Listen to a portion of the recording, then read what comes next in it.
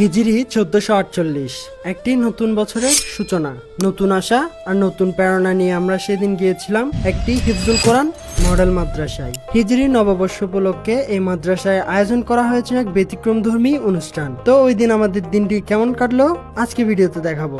চলুন ভিডিও শুরু করি।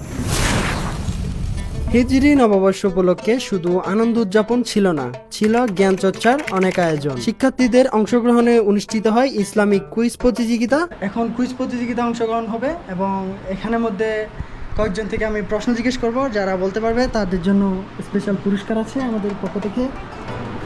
তোমরা সবাই রেডি তো? সবাই ছিল বেশ উৎসাহী, আর প্রশ্নোত্তর পর্বের মধ্য দিয়ে জানা গেল অনেক নতুন নতুন তথ্য। শরীফের 10 নং সূরার নাম সূরাত ইউনূস, বিলাল সংবাদ 1448 হিজরি। এবং বিজয়ীরা পেল আকর্ষণীয় পুরস্কার। ওদের হাতে যে পুরস্কারগুলো দেখতে পাচ্ছেন এগুলো হচ্ছে একটা জাস্ট গ্লাস। এটা হচ্ছে যারা প্রশ্নের উত্তরটা পেরেছিল তাদেরকে এই গ্লাসগুলো দেওয়া হয়েছে আর কি। আমরা কুইজে পাস করেছি, সেজন্য আমাদেরকে পুরস্কারটি বিতরণ করা হয়েছে।